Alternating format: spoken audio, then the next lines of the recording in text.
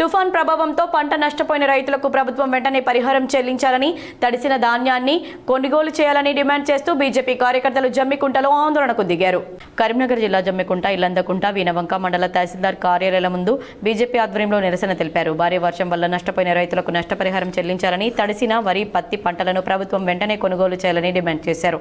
అనంతరం తహసీల్దార్లకు వినతి పత్రాలు అందజేశారు.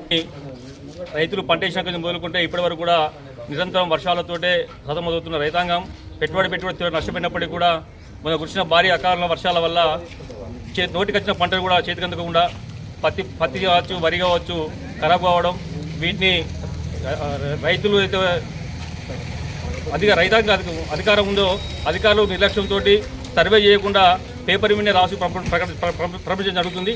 తక్షణమే అధికారులు క్షేత్రస్థాయి పరిశీలన చేసి రైతుకు ఎకరాన 30 రూపాయలు చెల్లించాలని డిమాండ్ చేస్తూ భారతీయ జనతా పార్టీ ఆధ్వర్యంలో ఈరోజు జమ్మిగూడ పట్టణ శాఖ ఆధ్వర్యంలో జరిగింది.